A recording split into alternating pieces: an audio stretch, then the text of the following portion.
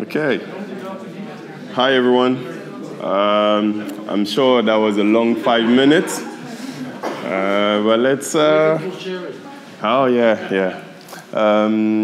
I hope I still remember what I need to present. Okay. So I'm Fode, Operation Manager at Medatech. Most of you have met me before, or we've spoken, or heard my name, or you saw me on the video over there. So that's me. Okay, so today I will present about integration with priority.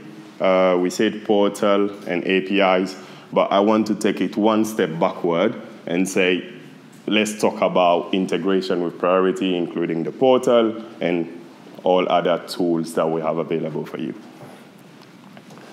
We will go through first, I will start with the background, give you some introduction to integration, and I will go through available tool and their usages. So when you, we talk about API, but before API, there are alternative methods to integrate with a system. Some of Medatech completed projects, best practice and tips, and licensing at the end. Okay. So to start with, I've only focused on 3 main reasons for integrating with priority ERP system, but with any ERP system, you can take it like that.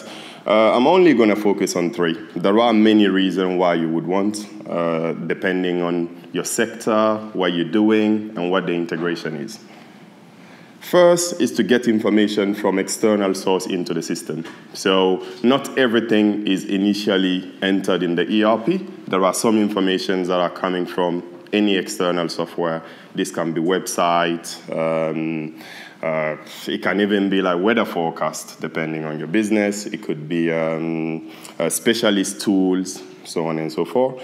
So the main reason for doing this, why would a business want to like get external data into their system? First is to create a centralized location for all your business data. This improves visibility, of course, because if you have to like look at the data in priority and go on your website to see like your web orders and go into your SolidWorks to see your bill of material, it just slow you down. It also improves efficiency, talking about slowing down, and optimize cost. So instead of having one person completely loading everything from that third-party system into priority, the system is doing it by itself. It enhances reporting capability. Once you have the data, you can report on it, and yeah. Second, update. It's not just to get the data in the first place, but it's to make sure like it's updated. You know, you need to keep the data updated. Again, from external software, I can give you an example of an order that is placed on the website. When it's canceled, you want to make sure like priority receive that data as well. Okay, accurate information, improve business intelligence. So you're not basing your report on wrong or out of date information. You're basing it on an up to date information, and clean data. Who doesn't want a clean system with up-to-date data?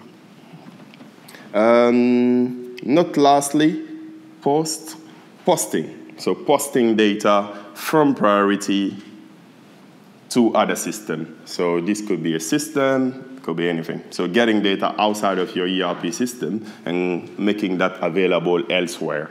You've seen a lot of beautiful presentation about portals and apps and so on and so forth. Okay. One reason to do this is to get accurate data which result in better customer service. So those systems, instead of the same way.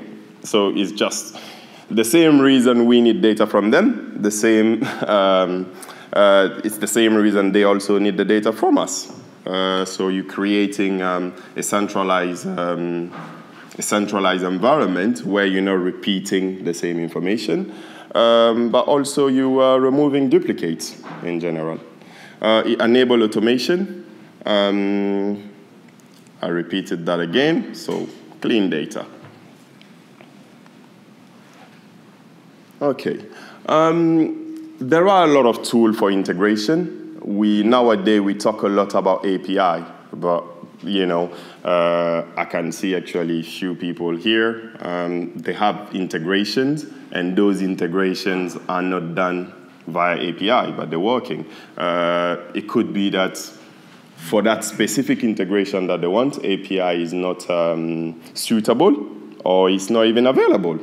So it's good to consider that. On one side, we have priority. On the other side, we have any external system. First method is a RESTful API. So RESTful API have a feature of Webhook. So I combine those together. I will go into more detail later on. This integration is a two-way integration. So it supports getting data into the system. It supports posting data outside, and also updating them. So it's a two-way integration. Second, you have a file load, okay? For those of you that have access to the development side of the system, I will give you a simple example where you're using file load at the moment without even noticing. When you're doing data migration, you're running a program, it's taking a tab delimited or CSV data and loading into an interim table. So this is actually reading information from a file and loading it into a table, and that's usually an interim table because the data is not validated. And from there, you can validate the data and load into the actual places. We support CSV, JSON, XML, and this is just standard priority development tool. Second is the Web SDK. So the Web Priority have the Web SDK that allow you to create your own app with priority functionality. So if you have a drop-down already in priority, instead of rewriting that drop-down, you can just call a function and you have the same feature on your website and app. The method being used in various projects to develop apps. And we have ODBC. ODBC, okay. There is an arrow coming in that I wasn't expecting. So ODBC, it's a method that have been with us for some time now. Priority have also introduced ODBC in 20.1 with actually allowing you to do more with it. So now ODBC, you connect to your website, and using Excel, Power BI, or any other tool, you can read data from a table. So you're reading data directly from a table. This has been with us for long, but on 22.1, instead of using T-SQL, you can now write, based on the Priority SDK, a report in Excel, instead of T-SQL, for those of you that are familiar with that process. We only recommend the getting data from the system. Using this method, we don't recommend posting, or it's not even allowed. So that arrow coming into priority is not allowed. You can use it. Seems like someone liked the arrow, but no, that's not allowed out. So to get the data, write report, and do everything, you can use ODBC. People are familiar with it. It's standard.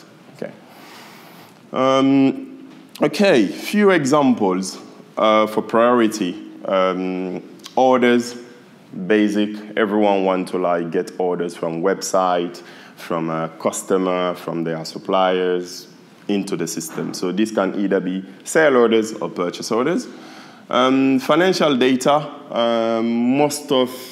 there are many businesses nowadays that send invoices directly to their customer via an EDI interface.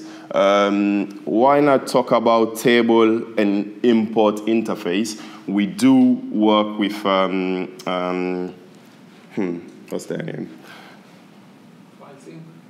Now, we do work with an EDI translator, data interchange. They support all type of files, so edifacts, or your different type of EDI file. So if you have customers that want you to send them invoices in different file formats, we just send one file format to the EDI translator, and they can then distribute that to your customers in the format that they like. Before, without them, you will have to develop each of those formats individually. Okay, so that has facilitated the transfer. The same way you can receive invoices from your supplier as well and load into the system. Lead and campaigns, I will show you a few examples of leads being generated from outside and entered into priority, and creating leads in priority and sending them to an external software as well. Product and bombs. James Nichols had a presentation and told you about SolidWorks. So they design all their products into SolidWorks, and that gets loaded into priority. And it's a multi-bomb and with price, measurements, and files. So that's that one. Production, same. You might want to get some production information, either outside of priority or in priority, and many more. So that's just a few examples to give you an idea. On the other side, you might have a B2B portal or even B2C. So you have a customer portal or a supplier portal that integrates directly with your ERP. EDI, I've mentioned that already. You have SolidWorks there, promotional information, bank and financial applications. So now we have the ability to connect to our banks and get information from the bank and load into the ERP, or send information to the bank, so initiate a payment, if I have to say. Okay, and many more. Okay, customer portal module. So the customer portal module, we sell it as a module. So not to create confusion, it's different than the portal that you've seen before. This is a portal that is been developed as standard, and you can just buy it. So it doesn't give you the ability to, of course, you can customize it once you've bought it as a module, but it doesn't give you the ability to do what you have on Soft Solution on other portal. Okay.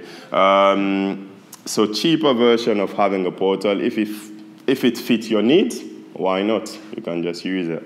So on the side, you can see it's very similar, and this is fully connected to priority. They require no more development. It's been developed, and you have this functionality, and you will just have it. You have a dashboard that can be customized, so you can decide what you want there. That can be customized. On the side, you have an order creation, so customers can view and create orders from the website and directly load that into the ERP system. You have shipment, so for shipment, they can view all their shipment and download the delivery notes if needed, so instead of asking you. And they can also see the status of the shipment if you do want. They have invoices, they can download their own invoice files instead of asking you. Create and view their service call, and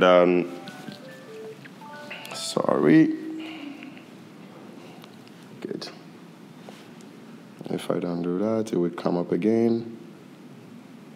Okay. All right, I will just focus on one of them.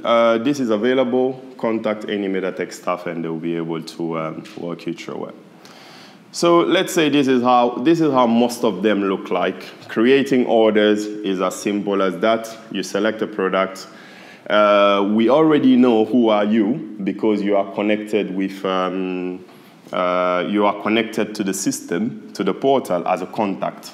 So we can have customer A with different users that can connect to the portal. So any ordered place, we will identify the account and just create the order for them. So let's focus on service call. This is our service call form. You can add more information if you want. For now, you have subject. You say subject, a call type, type a text. You can add attachment. There is an icon up there for attachment. And edit the text anyhow you want. Also copy, paste pictures, as embedded into the text. Once this is sent, it creates the service call into the system. And you might decide that when the service call is created, it have a status of open service call and unassigned service call, which then appear on a specific list or send an email to specific people, group of people. Okay, so as simple as that, and this is instant. There is no delay. So when the service call is raised in a matter of a second, it is in the system. Okay, MailChimp. Let's talk a little bit about this. It allows you to run the marketing emails, I would say. Okay, so if you are sending newsletters, you can use it. So you can create an audience and just batch email, send an email in batch to those people, and you can also track how your audience are reacting to those emails. Okay, all those informations are available in MailChimp. So first, how do we get those audience? Because some of the people that you're emailing, their information is in priority, because they are existing customers. So you just start using this tool for sending emails to your customer and tracking it. How do you get your audience from priority into MailChimp? You can say, okay, I will download the leads and then go to MailChimp and create them. Yes, that's an option. But what we've done is allow you to flag a button in priority that will automatically add that lead to your audience into MailChimp, and then you can decide how do you want to treat that audience. The same way, we also can take any audience created into MailChimp and load them into priority. So you have them in your ERP for any marketing activity that you want to run. So that's the basic about it. I'm sure like most of you know about it already. So leads. Leads are created into the system. As soon as they're created, if you have actually set up the automatic send to MailChimp, as soon as they are created into priority and you leave this form, this is sent to MailChimp and added to your audience. And you might decide which audience it should, if you're running multiple audience based on geographical location or some product grouping or any type of grouping of leads and customer that you have, it will support that as well and add it to the right audience. Okay, so that's one example of integration that we've done, and it's available and currently in use with some of our customers. Same for the portal. We have customers that are currently using it. So e-commerce integration. Not to confuse, there is a place for a portal, there is a place for a website. They can be interchange, it's not the same thing. So we have customers that have developed websites using WooCommerce, okay? So what is WooCommerce? Build exactly the e-commerce website you want. So it allows you to create nice and beautiful and pretty website with all those features that a website have, including ECOs and all those stuff.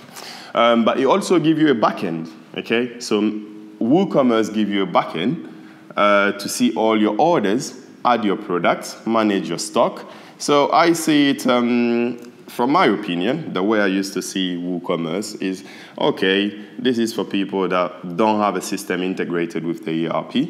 So I have a website, and whenever I have an order, so at least I can manage my orders and my products, and this. So if you're doing this, in WooCommerce and in priority, you're repeating because you're maintaining your product in priority. Your stock is in priority. Your orders will actually be fulfilled in priority, not in WooCommerce. So technically, that data being at the back of WooCommerce is just for an employee to be paid to monitor that order list and either manually key it in priority or I don't know. But it will have to actually go into your ERP because that's where your main stock is, and that's where it's going to be dispatched, and that's where you're going to invoice it, and so on and so forth. Okay, so what we've done, it's connect to WooCommerce. This is WooCommerce backend. Normally, a customer will place an order on your website. In this case, just to show you what I'm talking about, we created an order using WooCommerce backend, and once this order is saved, it will create the order into priority. First, we load into an interim table, so we're not exposing the order form as it is to posting from external source. We're loading into an interim table. We're running checks. Again, if let's think about the user experience. Okay, someone is connected to your website, placing an order, and then a message come up and say, you know, there is no more stock. Maybe you have like restriction in your system to say that this customer cannot place an order, or these products are now out of stock, and you know, whatever reason. We just holding all those errors into the system to not affect the user experience. So the user is just having a normal experience, order been successful, we've captured the data, you've not lost it, they will not get none of the annoying message that can come up to a normal user. And if you have any problem, you can contact this customer and talk about it, okay? And we have any error log. So if, for instance, they've ordered a product that you no longer saw selling and no one have updated the status, there is an error log form there that will log the error and send the email to whoever is in charge or managing the website to say you have an order, you've taken the money, you know, so on and so forth. So what this does, it first create the order into the interim table, then if it's the customer is a new customer, it will create a customer, either as a walk-in customer, depending on your setup, or it will create the account for the customer if you want them on account. And then it will create a receipt, because most of website orders are prepaid. So it will create a receipt. Depending on your business process, it might also create a packing slip to reserve the stock against that customer. You know, even ship it. So we have a customer actually that is using this, and we even creating the shipment and printing the delivery note. So all the warehouse guy have to do is take it, pack it, and send it. So they're not touching priority, and they will then do the invoicing and link the invoice with, reconcile the invoice with the receipt at some point, okay? So it can be fully automated, and all you have to do is dispatch. If you have like a special location for web store, you know, say call it web store stock or something like that. Okay, Money Hub. So this is something that we're very excited about. We've been working on it for quite some time, and finally, it's finally there. What is Money Hub? Okay, so Money Hub is a third party that have actually used I would call it open banking. So open banking, what open banking is briefly, it's allowing you to have integration with all the banks without actually using each of their different APIs. Okay, each banks have their own way of connecting, you know, their own BAX file and, you know, so on and so forth, a way of downloading transaction if you want. So they have now this open banking third party that creates a centralized API that allows you to connect with any UK banks, but via them. Okay, and we've implemented this a bit long ago, but you need to be approved by the FCA before you can even use it. We use it for account information service instead. So there is two things. There is account information service, which is getting account information from a bank. And there is a PIS, which is a payment initiation service, which is initiating payment from priority. We covered account information now, but now that we are approved, we might move on to PIS, or we will move on to PIS. So that's that one. And how it works, first you need to give your consent. Okay, so when you first go into priority, register your bank account and then run a button, it will it will ask you to give your consent for 90 days that we can download information from your bank account and load them into a statement, for reconciliation purpose. So that's how we work. If someone have paid you into the bank account, instead of monitoring your bank account, we know about that payment and we will just get that transaction, not at the end of the month, not at the end of the day, at the time that is showing your bank account. So they've paid you, the bank send us the information, we add it to the statement. So you might not review your statement on a daily basis, but on a daily basis, hourly basis, second, minute, we just loading transaction as you receive. So all you need to do is reconcile. Using this and other modules that we have available, you can have receipt created automatically and then link to the invoice, and it's fully automated. That's Money Hub. I've already said, I already spoke about them. The FCA have approved us, so it is secure.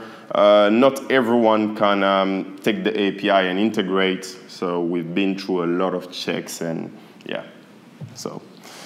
Okay, and this is how it works. You can see, like you say, get a consent. It gives you that form. You approve it. Then once you confirm, it gives you this screen, and these are all the banks that are connected to Priority. So you can connect multiple bank accounts to the system, and you can renew your consent to allow Priority to get the data and have it available in your system every 90 days. Okay. Yeah, voila. I think it's weird. I wanted to say voila, but I was like, for a francophone to say voila might sound weird. So because I won't say it with the British accent, so just say voila anyway. So voila, the statement is loaded into your ERP, and you just have to reconcile as normal. You don't have to interact with your bank no more, and we don't have to download and upload statements. Okay, so API. I said about best practice. I know I've said API and API and API. I said, you know what? For those that knows, fine, I will bore them for a minute. For those that don't, I will explain what's API and what is the difference between API and Webhook. So let's think about it this way. You have a waiter, and you ask him, you say, I want this. So let's think about it. They're not cooking. I kind of disagree with that design. The data is already there. So when you ask the API, it's just going and getting the data and giving it to you. So I will replace that with a ready-cooked meal. So you're just saying, like, give me the food I want. Is there any food for me? Yes. Here we go. So if it's available, they're not cooking, they're just giving it to you. So there is don't know what she's staring. And the guy will just provide you. So API, that's how APIs work. They have access to the data. You send the command to say, I want to get this information, and they give it back to you. Same happen with the post. I want to post this information. You post it into the system, and then they return an answer to say, data being posted, and they created X, Y, and Z. Okay, so that's API. Now let's compare API. Let's compare API with Webhook. Okay, for me, Webhook is mind-blowing. It's nice. It makes API again more powerful. So using API, you will kind of have to have a routing to check, if there is any data. So it's like me asking the waiter, is there any food? Is there any food? Is there any food? So if there is food, just send me. Don't wait for me to ask. That's the difference between webhooks and API. It's just a feature of APIs. So API, any new data, no. If it's yes, they give it back to you. With webhooks, you actually define a rule in the system. I will skip this quickly. So you're all familiar, at least for the ones that are using Priority, you are familiar with the business rule. So think about it. When an order is created, I want to send the JSON information to any web developer. You don't need Medatech for it. Get a URL, tell the person, give me an endpoint I can send the data to, and I will come in the system. This is the JSON I'm defining. So customer invoice, so on and so forth, will be sent directly to a URL. So you define the URL, and you by yourself have done an integration sending a JSON information to someone. So as long as the information is on the screen, you can add it to your message. Okay, so it is very powerful. We use it for most of our integrations. Then, there is, I've told you the easy part. The difficult part, of course, whoever is receiving the message, we have to process it and display it somewhere. So don't say Fode said, that's it. You have the data, it should be on the website. No, they will get the data, manipulate it, and display. Okay, but it's this simple. Today, you need to request for the webhook and have the API. It's free. You don't pay for it. It's just available. So if you have it already, have a play. Challenge me. Go and then see there and see if you can define a webhook. If you cannot, let me know. Good.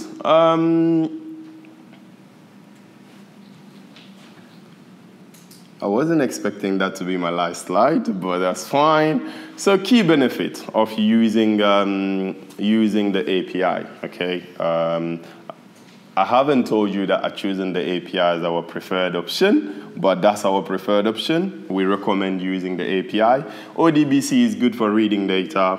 You can use it. We do it for people. There is no problem. We can use files where we're dealing with systems that don't support API as well.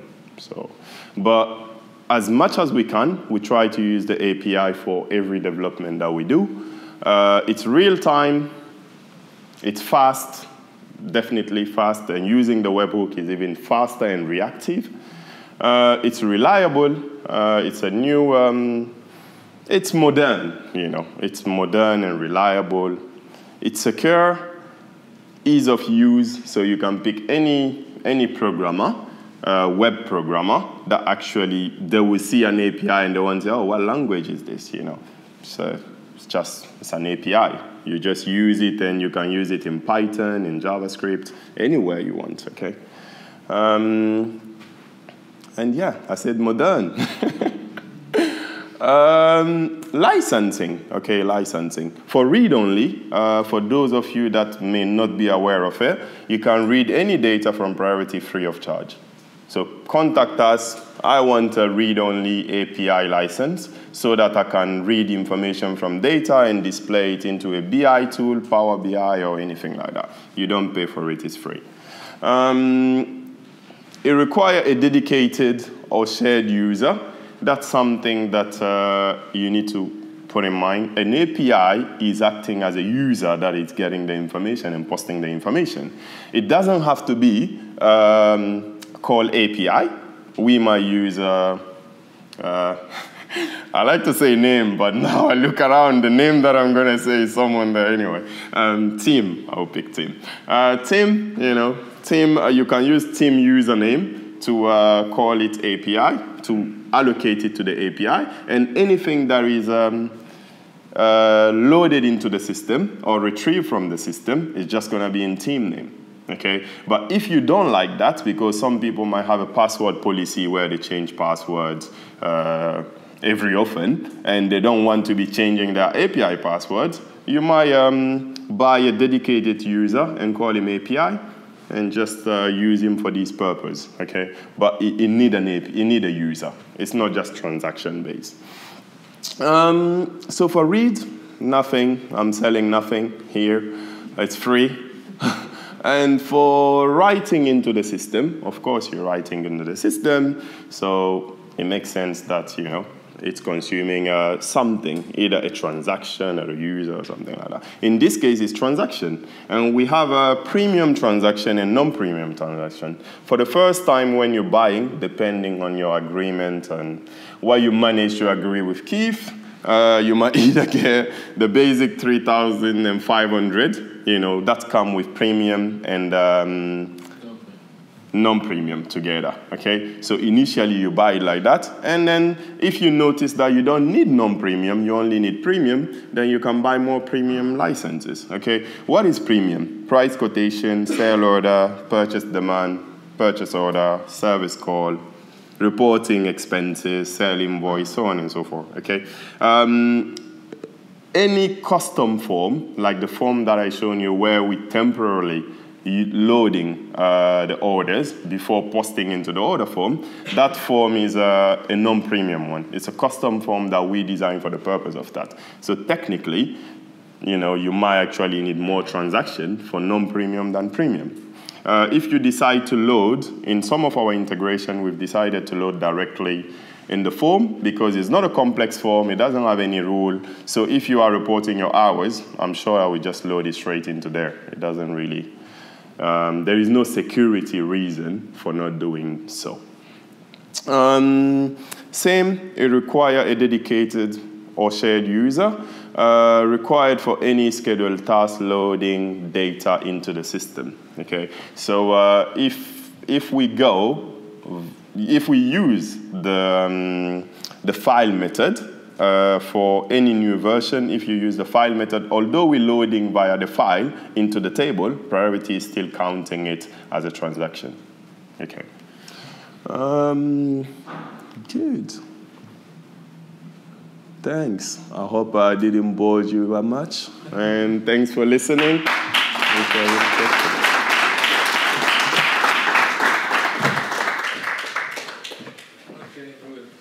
Thank you for the, you hear me? Yes.